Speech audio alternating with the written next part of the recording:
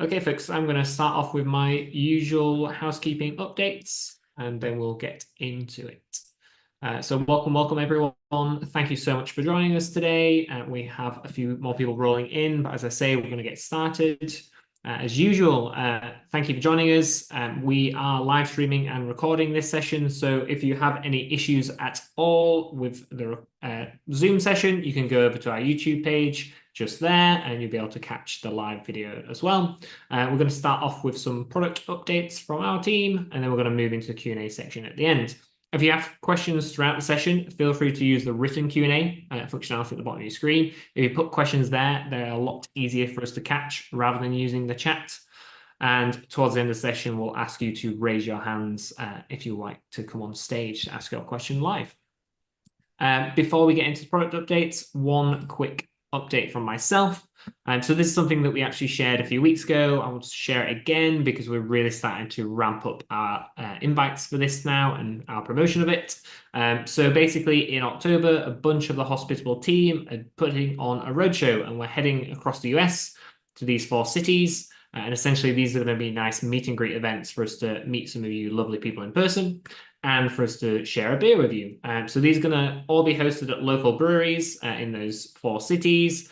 We're deciding exactly where right now. We're signing contracts and agreements with bars and things. So you'll see the exact location soon. But if you're interested in registering, you can scan the QR codes and go ahead and check out those events. As you can see, we're doing Orlando, Atlanta, Austin, LA, and at Orlando event, we're going to have Turno joining us, and in LA, we're going to have Price Labs. We'll probably have some guests joining us in Atlanta and Austin too, but the exact companies are still to be determined. So if you're interested, please check those out. We'd love to see you there and in person. Okay, moving on to the AI updates. Nick. Hello, everyone. Someone dared me to do this. So today, sharing a few updates on AI. In particular, one big thing that we've been working on, which we've been calling the Knowledge Hub. And what this will allow you to do is add more context, add more information, add more knowledge to Hospitable for the AI to use whenever you're generating messages. And eventually, to be able to use this for a truly hands-off inbox where the vast majority of messages from guests can be answered automatically on your behalf. And obviously, to do that, the AI needs to know more or less everything possible about you, about your property. So that's what we've been working on. And we have the first kind of really functional thing to show you about this today. So how are we starting with this? First, with PDF uploads. Many of you already have guidebooks in PDF form that you're sharing with your guests.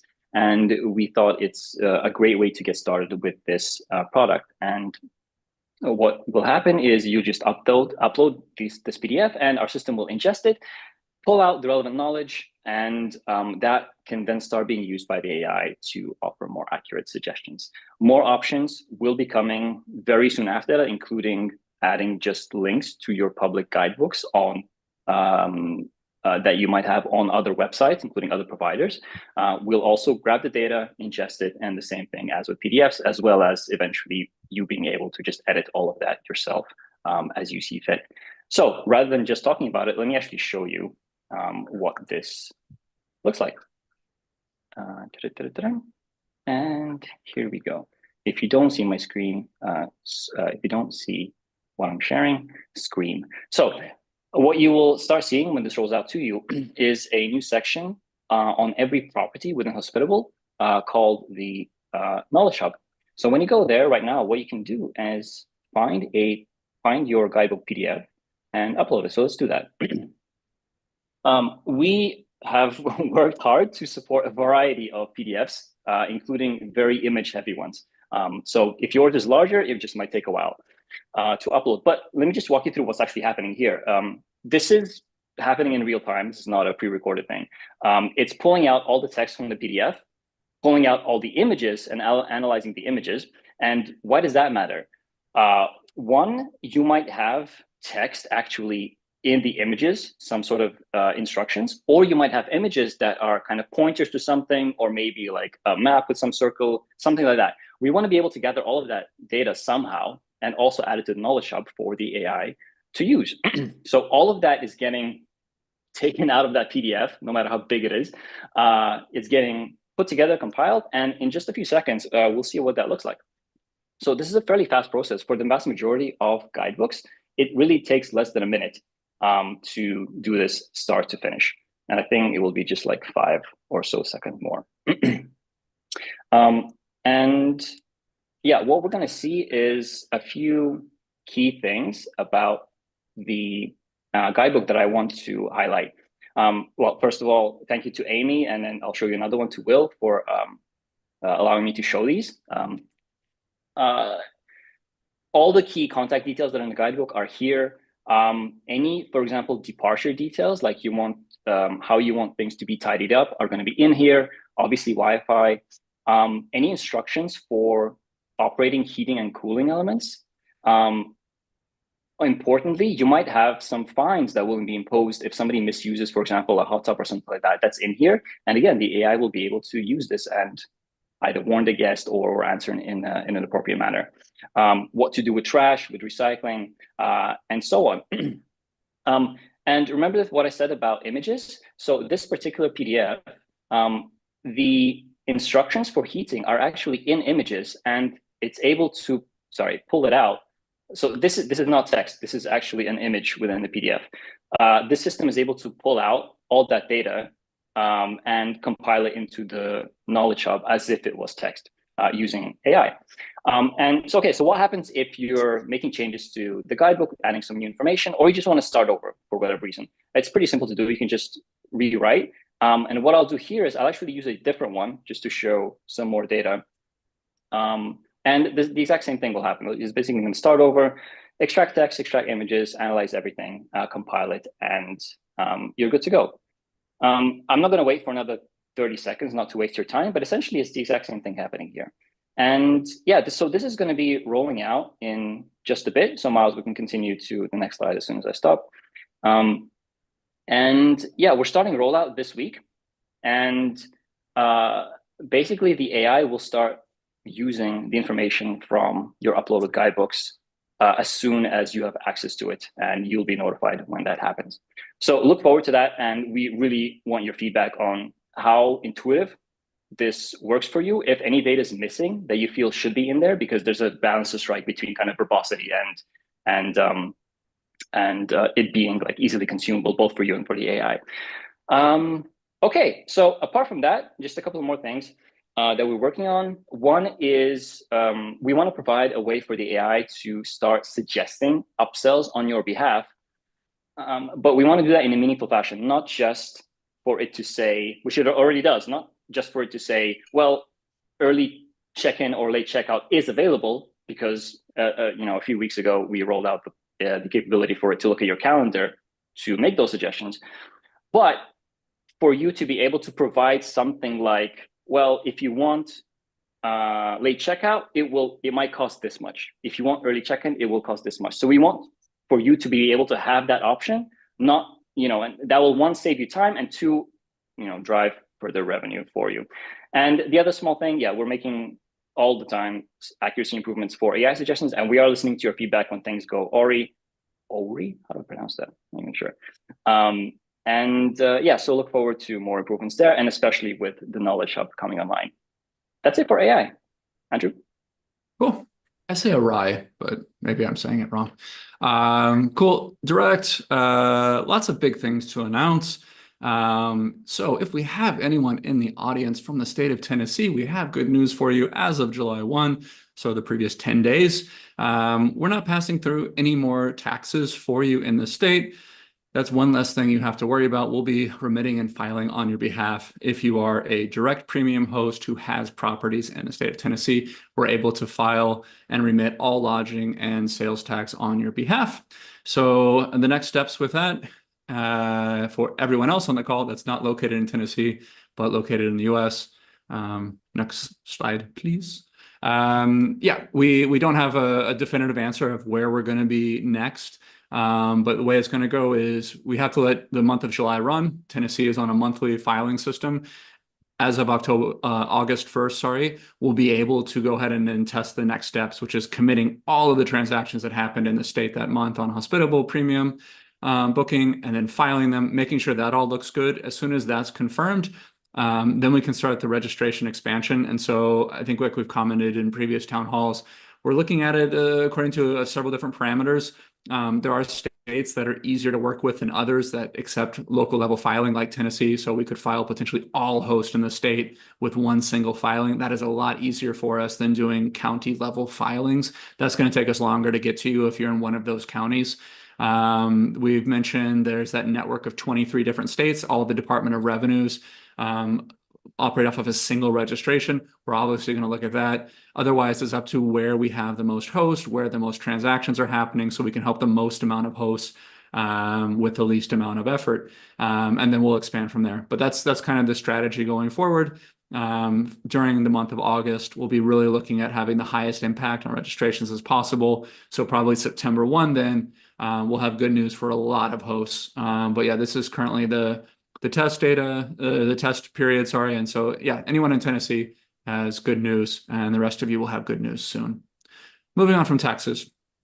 If you're using a Hospitable site with Direct, this site insights graph has just been, I think, dashes or zeros for you since the beginning of Direct. I'm sorry about that. It wasn't deemed a big priority on our side. But now that we're growing the Direct engineering team, we've got a new backend engineer. This was Tom Rudloff's first project, and we actually have a lot more data that we've been collecting. But we fixed the broken UI that we had for a long time. So that feels good. So you're going to see your visitor count, your page views, your bookings, and your revenue on any time period you pick. We don't have visitor and page views back for a long period of time. We only put in an analytics framework, I think maybe 6-8 weeks back. So you'll note that if you go back any further than that, we still have revenue and booking data, but we don't have visitor and page view data. This is the first step. We'll be doing more with analytics. We'll be merging it with kind of the stuff we'll do with, I don't know, Facebook tracking pixels, Google Analytics, Google Tag Manager, data we have from Google Vacation Rentals. So you'll get a much better metrics and analytics package over time. But this was the first kind of thing we wanted to do. We'll also be helping out people that are on self-hosted sites.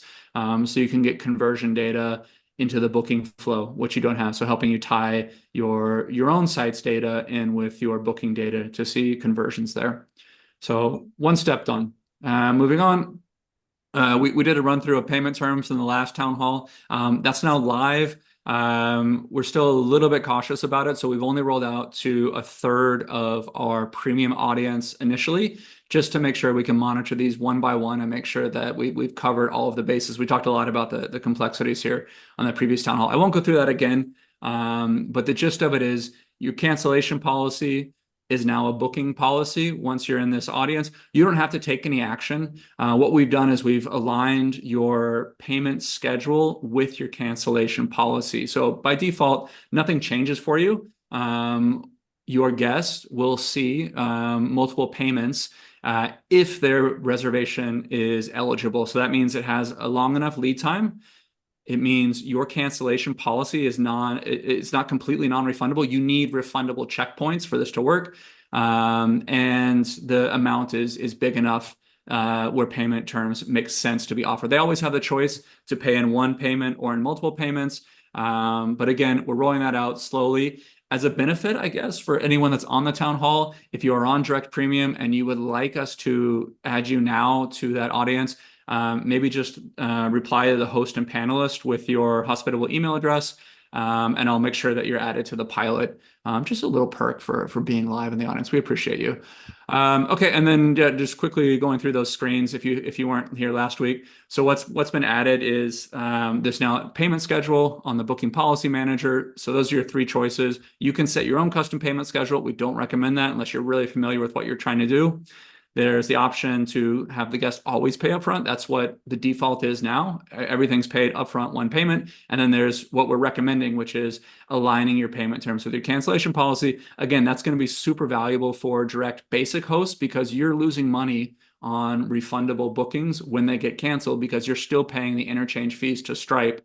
So if you have a 100% refundable policy that gets activated on a booking, you're going to lose the interchange fees. You'll actually be a negative, you'll be a loss on that booking. Moving on. Yeah, so this is what the actual policy looks like then. cancellation policies hasn't changed. You've still got all the same terms there. And then what we're doing as we roll this out, you'll see the payment schedule show up and it'll be aligned with your cancellation policies by default. You can decide to change that if it's important to you to set a custom payment schedule. But we think most people are going to be best served by having this aligned setting. Okay. And yeah, that's what it looks like if you set it custom. You can control the deposit amount and then the other payment terms. And next up, yeah, we're going to continue to roll out. That's probably a 2-week process that we'll be rolling this out. It's hard to say exactly, but that's what I would guess. It's going to take us to get it for all hosts, basic and premium. We're going to be then looking at getting a long stay policy, and that affects cancellation and payment terms. So if you want to have a different cancellation policy for any booking, like say over 30 days, we're going to make that a new option on the booking policies. And then we'll start in that midterm booking kind of feature set, which is now that we have multiple payments, we would only take multiple payments on the entire amount of the first 30 days if it's a 60, 90-day booking, etc. Okay, a couple last items. So we've got a kind of a cross-team group that's working on the guest portal. This is moving outside of Direct. So we're working on making that available for all channels, meaning if you have an Airbnb booking, a booking.com, whatever, and you want to use some functionality in the guest portal, we're going to make that possible. The first functionality that we're taking outside of Direct is the guest vetting. So that's done on Direct Premium through AutoHost. It's also done on an AutoHost hosted page. That's hard to say. But we're going to now make that a Hospitable hosted page, which does a couple of things for us. It's going to help you brand that more align with your business's brand. It's going to give you a landing page for when they finish that guest vetting, they'll land in your guest portal, which is going to be your best way to kind of showcase your property. We're going to be merging the rental agreements. Those are still only available to beta users for direct bookings. We're going to make rental agreements available on all channels. We're going to merge those into guest vetting. So if you're also using guest vetting and rental agreements together, that'll be one flow for the guest. And then that's going to allow us to enable that ad hoc guest vetting project that Emily's been working on mostly to anytime you have a booking on any channel and you want additional security for yourself, additional confidence that this is a good guest, you're going to be able to add an ID verification or do a sex offender check or both on any reservation without having to set up an account with any vendor. It's just going to work from Hospitable and an ad hoc charge. You'll be able to run that, and that'll all be done in your guest portal. Otherwise, last few items that we're working on the side. So the host-only fee option for Direct Premium, that's going to be coming soon, as well as Apple and Google Pay, as well as midterm taxes for Direct Basic. That's something we've overlooked for a while. We're just going to add a length of stay parameter for all the taxes that you manage for yourself on Direct Basic. So you can tell us if, hey, the jurisdiction I'm in, this sales tax is only charged on 30-day reservations or less, and this lodging tax is only charged on 90-day reservations or less. You'll be able to add those parameters, so automatically your Direct Basic reservations will have the correct taxes calculated for you. And that's all I have from Direct. Emily? Cool. Thanks, Andrew. Hey, everybody. This is good timing. Priscilla just asked a question in the Q&A about end-of-month statements. And so I'll give you a quick update on that. We have recently launched a private pilot for owner statements, which is essentially that. The pilot so far is going pretty well. We've onboarded 10 hosts. Between them, they have 213 properties. So we're really able to kind of like bang hard on this and make sure that it's working well for you all.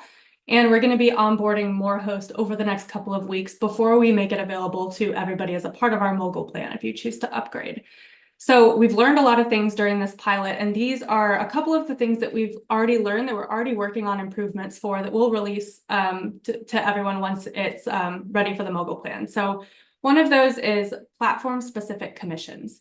What we've seen is as people go to set up their statements, they'll go to define their commission and they'll say, I charge 20% commission on my accommodation, except for direct bookings. I actually charge 25% because I have to put more effort into getting direct bookings because I'm running marketing and I'm doing all of this stuff.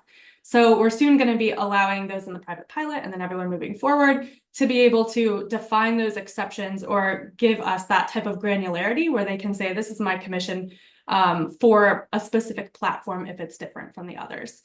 Similarly, also having platform-specific flat rate commission. So another really common use case we've seen is a host might charge 25% of commission on all bookings, but if it's a direct booking, for the same reason I said before, they might charge an additional $20 to cover marketing expenses in that case.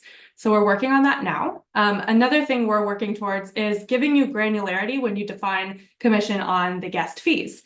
So the use case here is a host saying, I'm going to charge 10% of all the fees that my guest pays to me, which includes cleaning fee, pet fee, linen fee, but I don't want to charge a commission on a community fee. I just want that to go straight to the owner or whatever it may be. So also giving that type of granularity. Owner statements has been really exciting because we're taking something that's pretty complicated and we've started with something really, really simple. And now we're starting to kind of layer in the complexity that is required for you guys to do what it is you need to do. Our goal here is to save you a ton of time. We've talked to a lot of hosts, and owner statements is one of their biggest time sucks at the end of every month, spending hours, if not days, especially for those people who have a lot of properties, pulling together all of this data to create statements for their owners. And we're hoping to make this super easy as, setting it up once and automating it moving forward. So our plan here is to launch our new mogul plan in August, which will mean anybody can upgrade and get access to this. So we'll continue updating you along the way. And maybe also for those of you who haven't gotten to play with it in a private pilot, sharing some videos and stuff so you can get a look at an idea of what it looks like and feels like to understand if it's going to be a good fit for you moving forward. Cool. Next up, some Booking.com kind of platform update. Recently, Booking.com stopped allowing you to send or to use link shorteners in messages. So if you were ever sending like a bit.ly link or something like that, they are now going to be blocking that message. So because we're now aware of that, we're going to give you a warning if you have those in any of your messaging rules, just to draw attention to that so that you know to remove that link. Now you can still send other links, especially if you have them whitelisted in Booking.com in your the backend of Booking.com. So if you do still need to send a link, you are able to do that, just not through a link shortener. They're just taking some precautions there to prevent spam and stuff like that. Alrighty, next, a couple of calendar improvements still on Booking.com. We are now reflecting RLO rates accurately on the calendar in Hospitable. So if you use an RLO rate plan before, if you clicked on a day in the calendar, we wouldn't show you the accurate pricing for that. We were just still showing single guest and multiple guest pricing for Booking.com. That was an oversight on our part.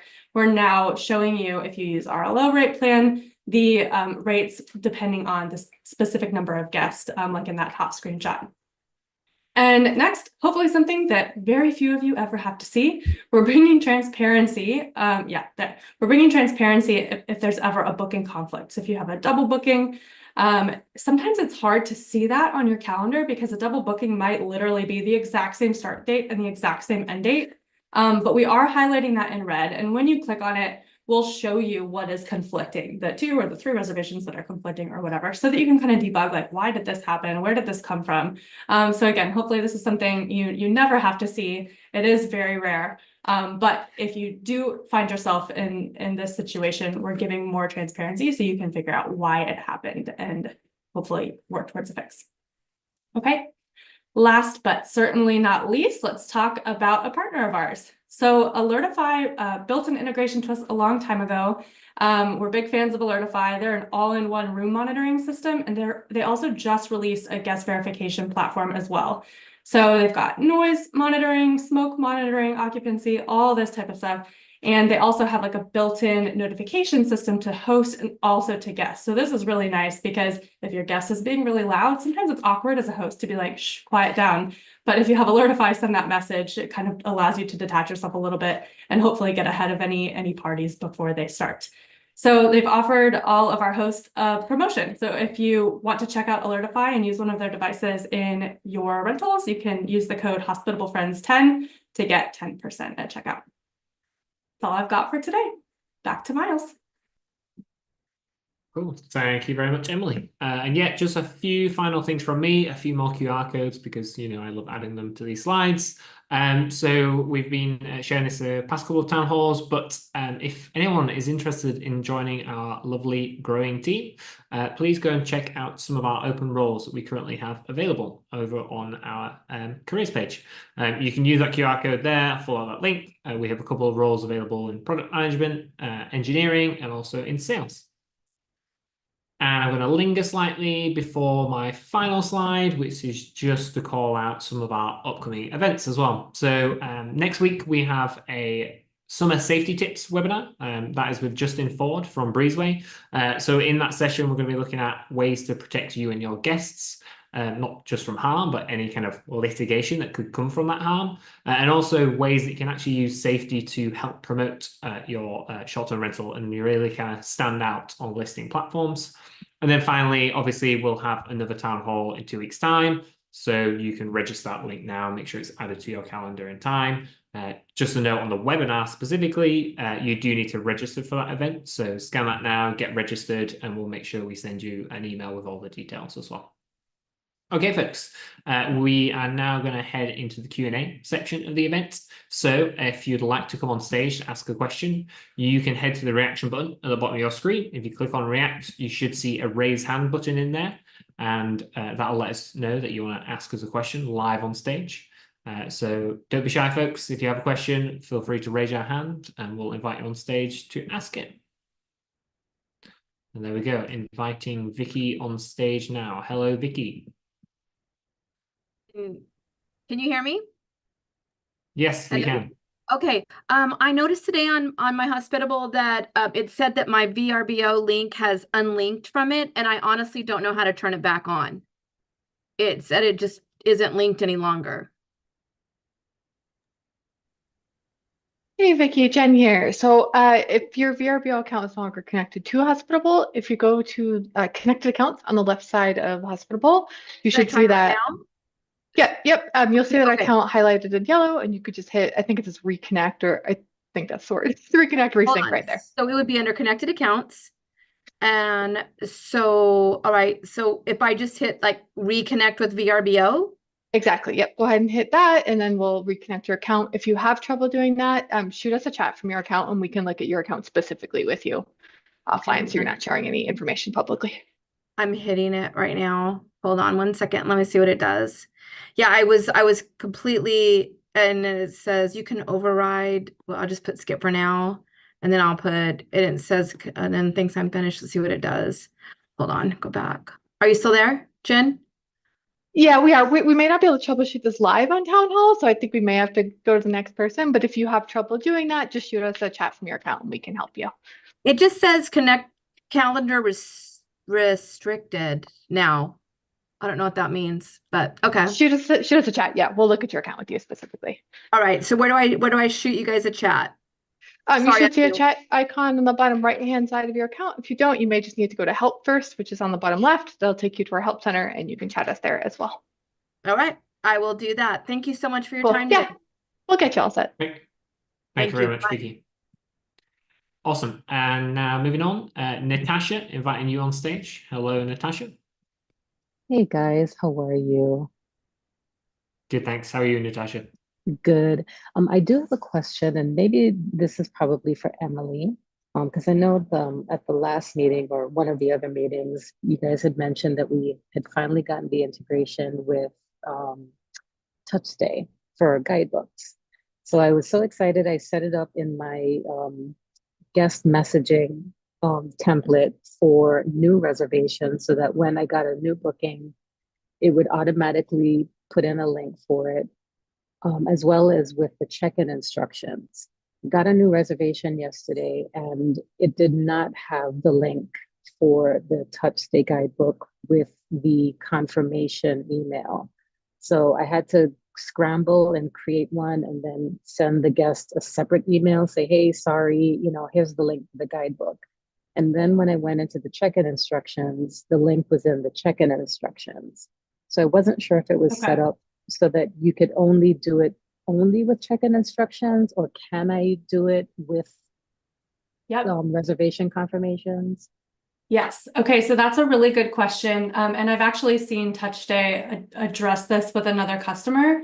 So just to give you a little bit of behind the scenes, what's actually happening. When we get a reservation, we send a notification to Touchstay that you got a reservation. And then really quickly, they're trying to create that link and send it back. And so sometimes it takes a couple seconds to come back to us. And so they actually recommend that we delay booking confirmations by a couple of minutes in order to ensure that they've had time to send us that link back for any confirmed bookings. So if you go into your booking confirmation messaging rule in the timing section, there's an option to send right away or to send with a delay. And for me, what I've done is I've delayed mine by 5 minutes to make sure that that link has time to be created and get sent back to us. But that's probably what happened there, especially since you saw the link pretty quickly after that. Okay, perfect. That's good to know. Thank you. Yep. Thanks for the question. Thank you, Natasha. Okay, moving on to Evelyn. Hello, Evelyn. Hi there, can you hear me? We can indeed. Okay, question. I'm using Beyond Pricing with Hospitable and the 3 platforms. And I'm wondering, because I noticed in Hospitable, when I update my pricing, it does not, it seems to revert back to different pricing.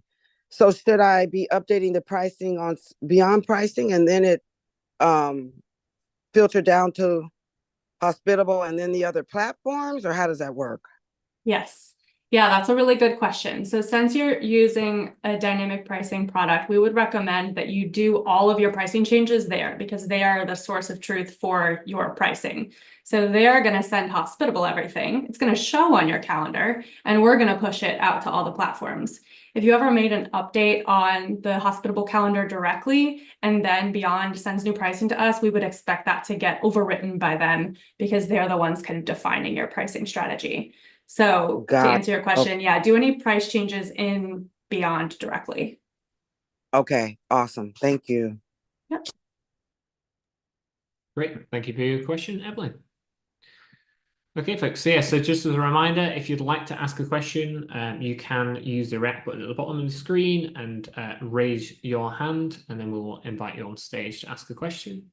Obviously, feel free to type out your questions in the written Q&A as well. I think we have Jen, Kevin, and Ed helping out with some answers there today, along with Vera and others in the team, typing away as fast as they can. And just inviting on stage now, Selden. Hello. Hey guys, thanks for inviting me up. Wonderful job, by the way. I just had one question, which I think could improve the app, or possibly there's a way to do it already. I have many guests requesting to, like, in the future, they will be traveling to the area, and I want to keep a customer base, and I don't want to have to collect emails and stuff like that. So is there a way that in Hospitable, I can send a future message for like the same time in the following year where that guest travels, sending them a message like, let's say 2 months before they would usually come to the area, saying, hey, just checking in with you to see if you have plans of coming to Greensboro this year. And if you do, we would like to offer you a special discount. Is there a way to do that? Not on our software. We don't really have kind of an outbound marketing component. We do that through integrations, and I would struggle to come up with a specific platform that can do just that. I think our host would probably be a better source. So that's probably a good question for like our Facebook host group if you're on there, or just in the chat here on Zoom. But yeah, we do have integrations to pull emails that can go into your CRM, and then you can set up some of those campaigns in other softwares, but that's not something that Hospitable does. Okay. Is there any way that I can create a custom message for my guests and schedule it to send out like a year from now? Is there any way I can do that? Because I know you can customize messages. But I'm just going to add a little bit of extra information that's also going to answer your question. most of the platforms, if not all of the platforms, actually have restrictions for how long you can message a guest after the reservation. So like off the top of my head, I know booking.com, like you can only message your guests 7 days after they check out. And if you ever wanted to start a conversation further than that, the guest has to initiate it. I think there are similar rules on other platforms, but I don't know off the top of my head what the exact timing is. But that kind of puts us in a situation where we can't message them like through that app, and if we are going to be in touch with them, we would have to have other information like their email or their phone number or something. So that's where those like other integrations would come into play that are really good at like collecting their information through like a portal or a guest verification process or something like that. So we are a little beholden to what the platform allows us to do with, sending a message via a messaging rule in that same way. But yeah, just to add that extra little context, that there's only so much we're allowed to do from the platforms. Okay, thanks. That was my only question. Thank you. Awesome. Thanks for the question, Salman. Okay, and now moving on to Josh. Hello, Josh. Welcome on stage. Hey, Miles. Hey, everybody. Thanks. Couple questions on like connecting just other accounts, like account management, user management with, I'll give my owners, my clients, like views to certain features. So the first question is, when I give them views to metrics, is there a way to just show more of like a high level overview, like that first view, instead of giving them all the detailed information? Sometimes it can be too much information for an owner. Is there a way to only show them that high level first page and not the detail? So there's kind of a way to do this, but not exactly in the way you've described. You can create like a saved public view of metrics where you go in and put in all the filters that you want so that it's like showing only that owner's property and whatever, and get it looking exactly how you want, and then save it and create like a public link. That being said, I don't know that there's a way to save those filters and like associate them with that particular owner's like login. However, with their permissions, like with what properties they're allowed to see and stuff, that should still be applying. So they shouldn't see anything that's not theirs. But if you want to like configure it in your specific way, that would have to be through a saved public view right now, or a saved view right now. So it would like show a little tag on the top that could be like my saved view or whatever, and then they click on that and it goes to whatever you've set up for them. Okay. Yeah, I may have more questions, not for this call, about how to set up the saved view like that, but yeah, another discussion. Second question is like, what's the best way to allow an owner to like block off dates for when they want to come to their property? Right now, I have to give them complete control of managing reservations. I think that's the only way I've seen how to do it within Hospitable. Oh, Ty. Go ahead. I was going to flip the question a little bit and ask you a question. I hope that's okay. Yeah. We've seen a lot of people make manual reservations to indicate owner stay, but there's a lot down the line that can impact. For example, like maybe you want to know that the specific stay is an owner because they have some sort of like limitation in that jurisdiction where they can't stay beyond 14 days or else they lose their license, whatever it may be.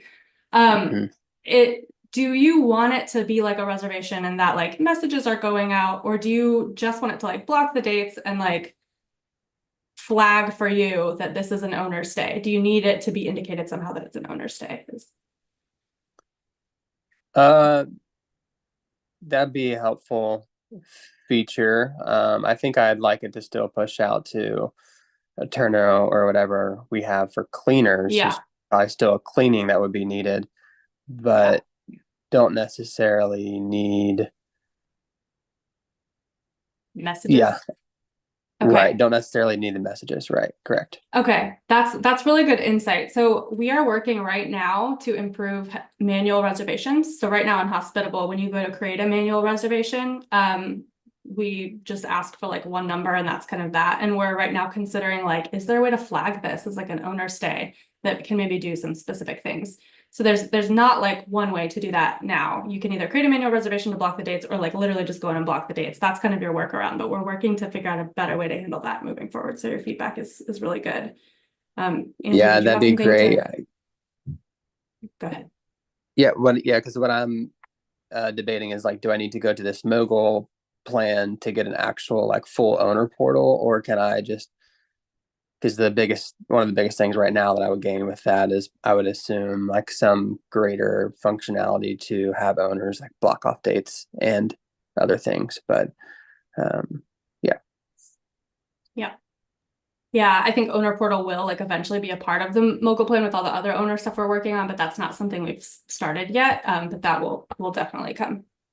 My AirPods just died. So Andrew, did you have anything to add? Yeah, I was just gonna say, so in the meantime, Josh, I think the answer is, yeah, you probably don't want to give the full calendar access to your host. Maybe just take those requests and add manual bookings for them.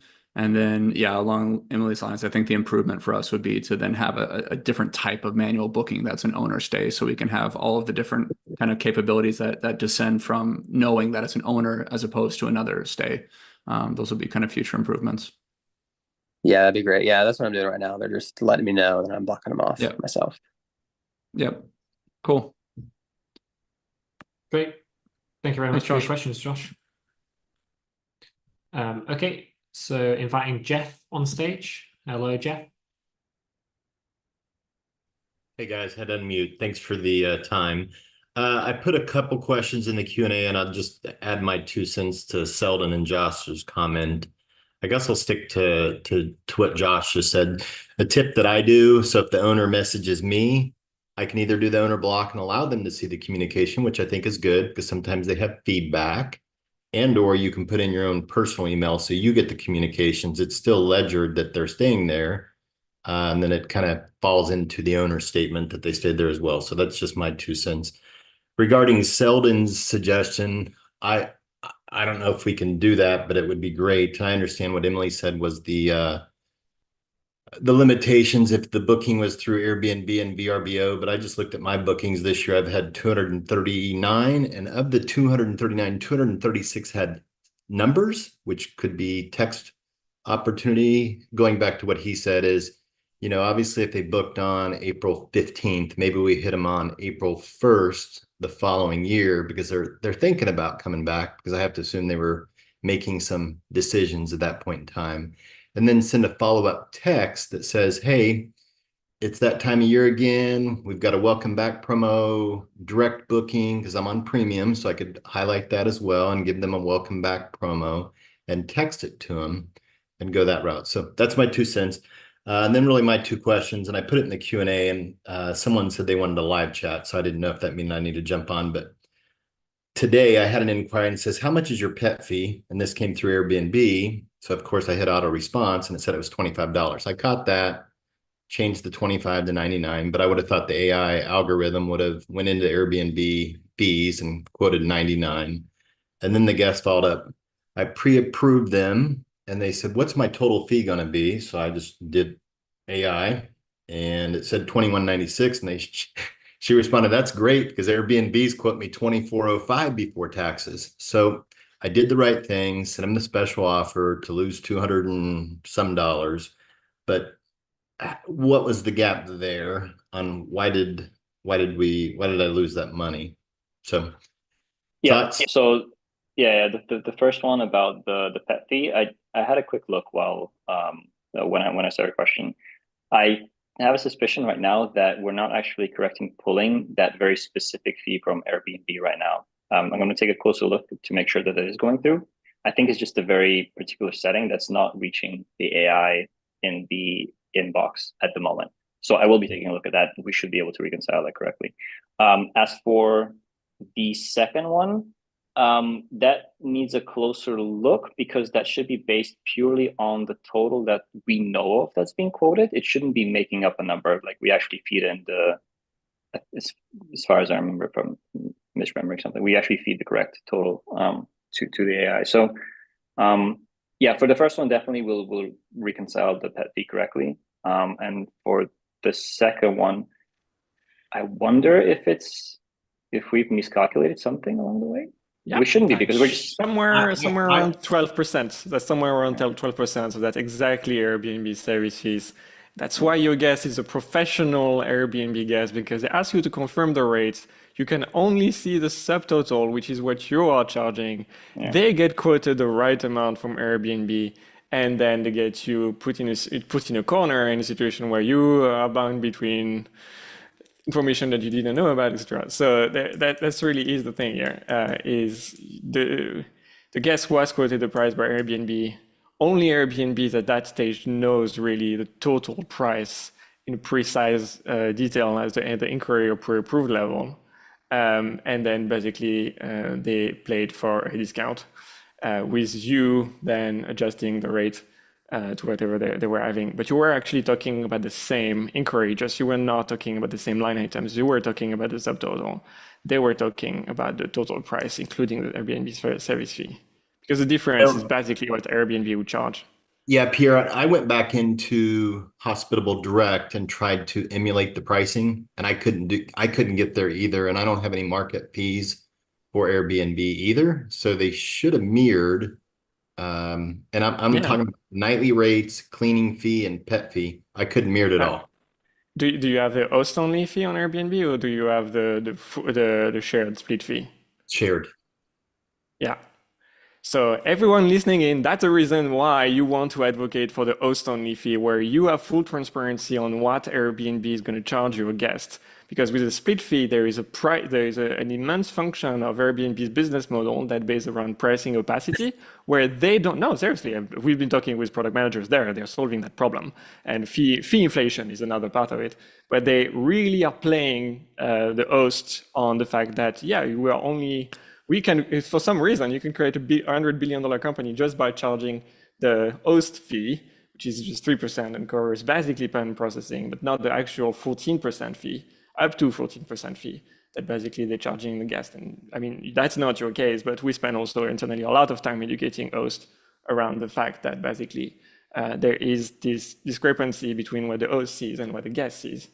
And that's why really, if there is anything I would brief Nikita and for him to brief the AI to talk about, never talk about the total price paid for by the guest until there is a confirmed reservation, because you never know for a fact what it can be. There is a lot of factors.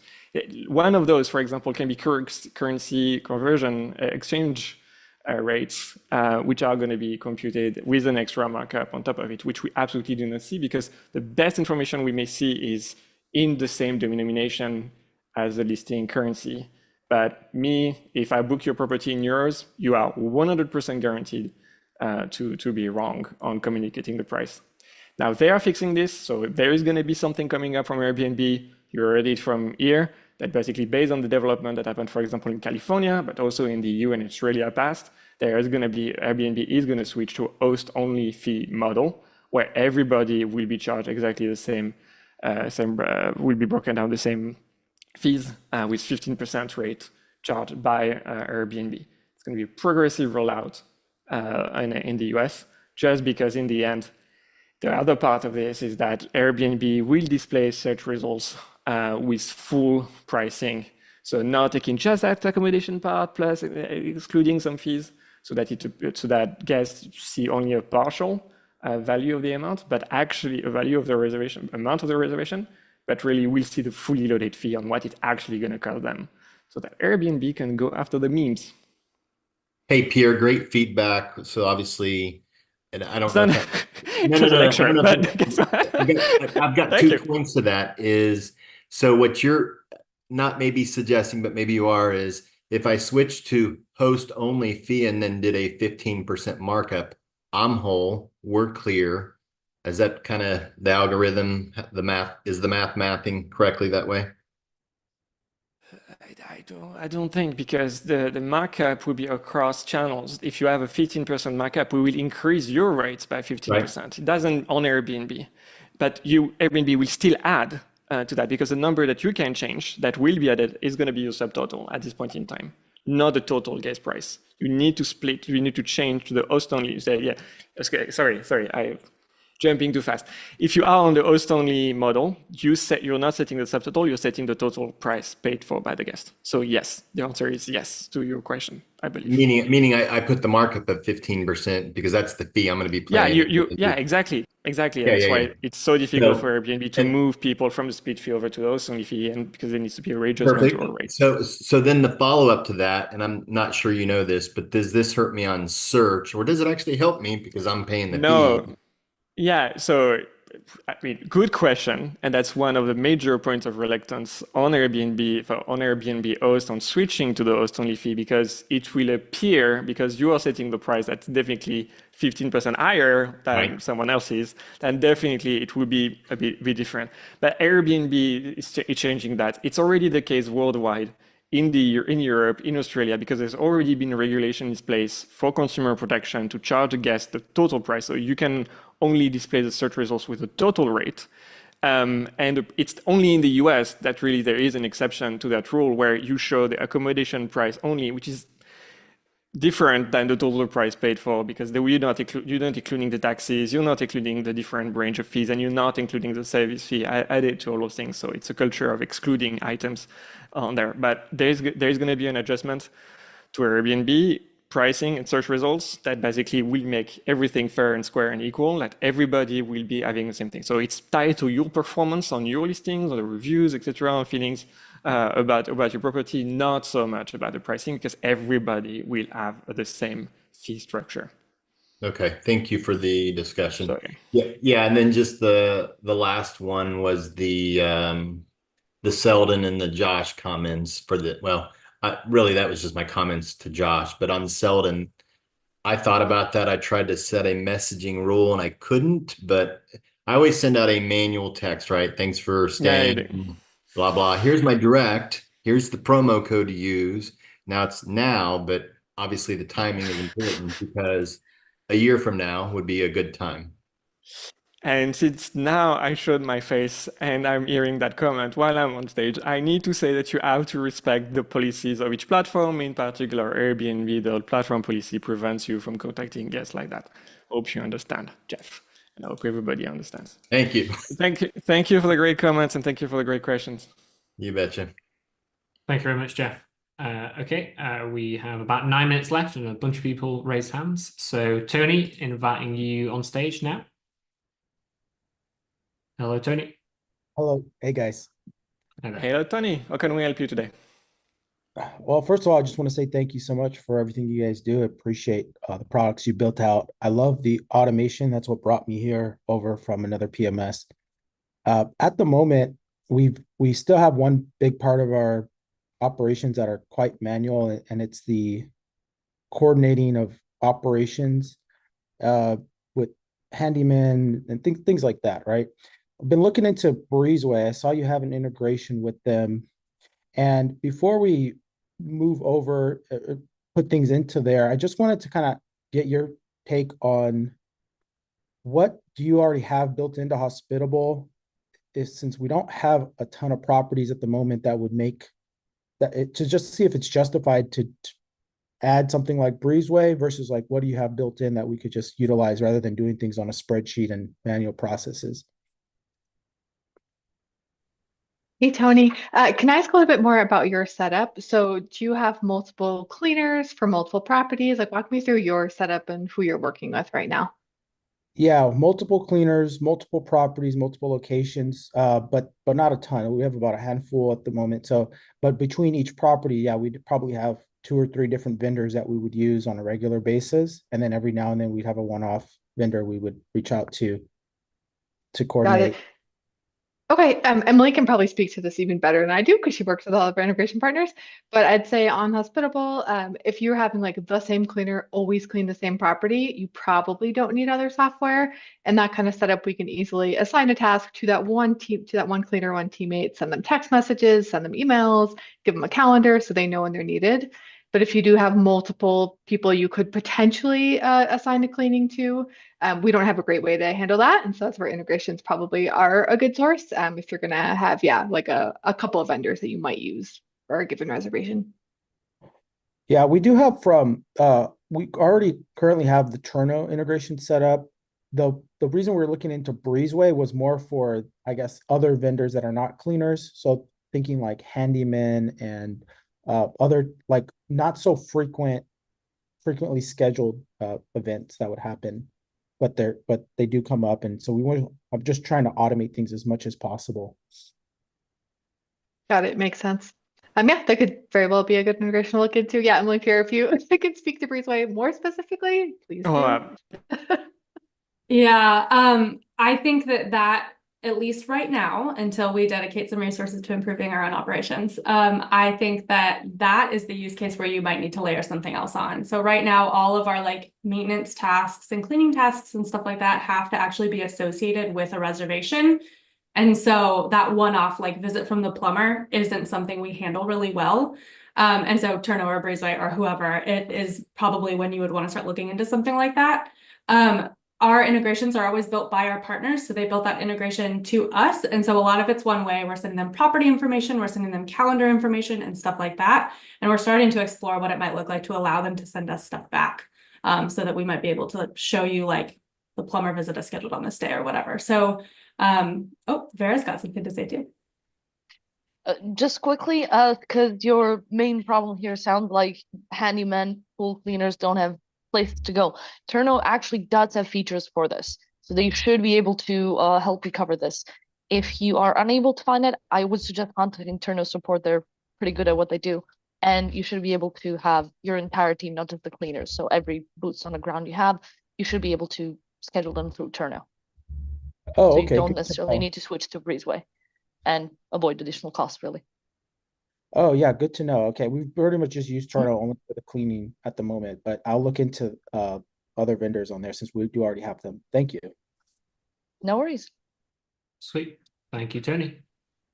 Okay, I think we have time to squeeze in one more question. So, Michael, I'm inviting you on stage. Hello, Michael. Hello, Michael. How can we help? Pleasure to see you here. I think you need to unmute yourself. That's somewhere at the bottom bar. Hello, Michael. There you go. Hi, how are you all? Fantastic. Long time no see. Long time no see, and I'm still here. Isn't that amazing? You're still here, yeah. I actually, to be fair, I pressed the raise hand by mistake, and I have lots to say, but as we have a little time, I'll keep it for another day.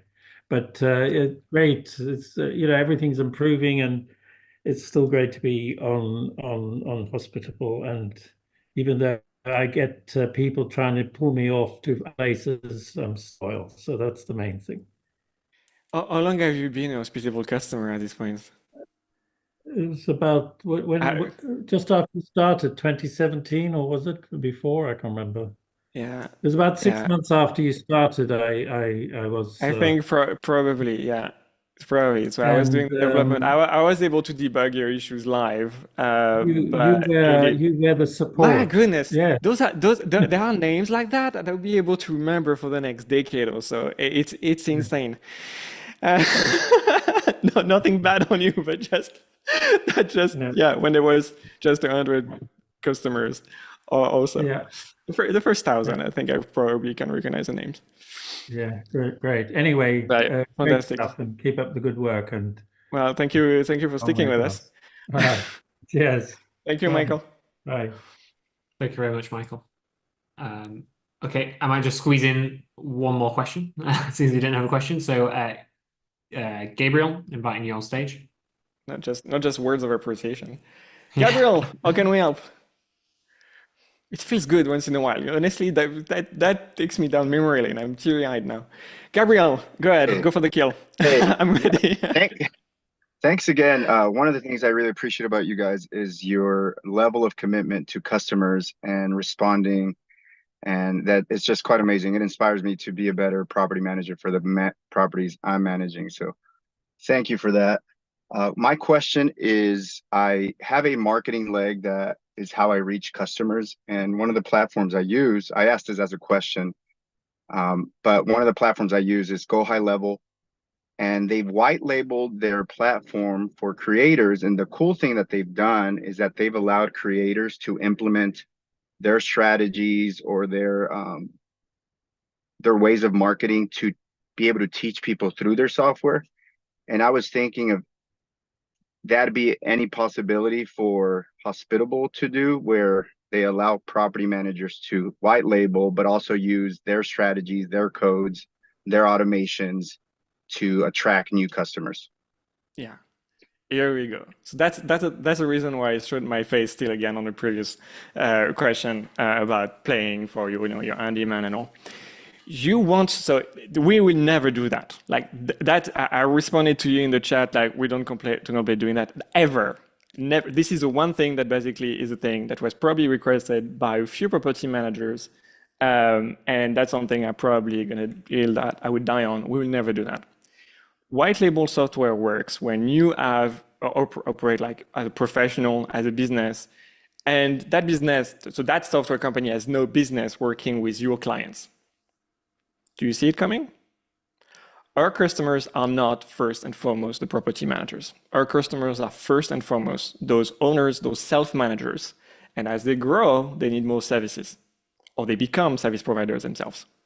The reality is that we're unique, probably, especially in the software landscape for short-term rentals, in that we align on getting as much of our profile of customers as the same as property managers. Property managers want to get clients, want to get property owners. We are the same. We actually want our core persona, our core user is exactly like this. So the thing I've heard them talking about is basically, we had a kickoff meeting this week about our marketplace. Now, it's not something that I particularly secret. We've been talking about that for a long time, but we're going to take progressive steps to move toward that model. The reason is we see no reason to white label, because we want to be able to, under our name, Hospitable, be able to give you your next customer. As a property management company, as a virtual assistant co-hosting business, as a cleaning provider, as a maintenance business or freelancer, as we want to also to be able to offer property owners, self-managers, the ability to recruit accountants, lawyers, revenue managers at an affordable rate, obviously people to handle the rest of the part of communication, and obviously be able to get into that if they want to delegate completely the management of one of their properties, all of their properties, then delegate all of that to a property manager. The thing is that we're unique because we're aligned on the same customers. You call them, they are your clients, they are our customers as well, and we have an opportunity really, when you look at the customer breakdown, to have you land your next customer directly natively from Hospitable. So doing white label is pretty much against that entire vision. Now I have to tell you that in the chat, basically you have Andrew telling me that, damn, it's just 59 minutes just at the hour. And Pierre is starting to talk about the marketplace. That's really bad. But that's really the next moonshot for our product. We want you to be able to land your next customer as a service provider on Hospitable. And we want you as a property owner, as a self-manager, to be able to build your team through Hospitable as you grow, with basically a pretty limitless capabilities and talent that you can add over to your team. Awesome. So there's going to be some Can I updates on ask that. a follow-up question in that, just in line Just with exactly one, what you're just one. saying? There's Just going to one. be like entire tunnels on this. So go ahead. The question I have is there a space that you see that if you weren't devoted to what you're currently doing with Hospitable, that you would fill a gap in, that maybe people like myself can focus my attention on building, that would complement Hospitable? That's a very creative question that would require probably some time to think about it. And I'm probably the worst person in the world to be asking something like that, because I think my level of ambition and how much I'm ready to build the next feature, it's probably pretty toxic to be able to answer like candidly about a question like this. But there's many. Jen? Because I think we need to give Gabriel a word. You just asked a question that made Pierre speechless. That just out of respect for Andrew, who is basically now at this point, this meeting needs to end. But there will be plenty. There will be plenty. You can. Why don't you do the next step, which is basically sending me an email, pc@hospitable.com, and I'm going to send you a link so that you can schedule a meeting and we can vibe on this. Why don't you think? Okay. What do you think, Gabriel? I love that. I think that's where my mind works the best, is finding a challenge and then figuring out a way to fill the gap. Yeah, fantastic. We may even have to do the meeting in French. And this time you don't call me on my phone number. Thank you. I'm not at IKEA shopping around. Thank you. That would be this. So, that's just, jousting at this point. Thank you, Gabriel, for your meeting and for your questions. And thank you for all the questions that you dropped also as well in Q&A everywhere. So yeah, that's gonna be the end of the meeting, Miles. I think so. I think Yeah. long enough. Yeah. I kept it under 5 minutes, guys. Like literally, it cannot be any shorter. So yeah, we're gonna make strides. Felt a bit boring at this point. We're doing tax filings. We're having payment terms on Direct. We are able to import your guidebooks over with AI so that we can take meaningful steps, not only to be able to get you to have answers with one click of a button. So it feels like the right time to start on the next moonshot. So really that marketplace of service providers. Hire people to grow your team, whatever your persona is, whether you're an owner or a property manager yourself. And yeah, ultimately it's all about the product is really money, and getting you deal flow is something that's pretty differentiated for Hospitable that we can offer to any service providers. That's my faith anyway. So yeah, stay tuned on the next town hall. You never know what comes up. I have to say, just one last drop. We have a director of engineering who's basically for once on the call. We have received a lot of questions about what the status of our Agoda integration. You really do not want to miss the next town hall, and that's basically the statement that will force ourselves to talk a bit more about the progress on the Agoda integration in the next meeting, because apparently we're close to having a private pilot. Okay, thank you guys. Have a fantastic rest of your week.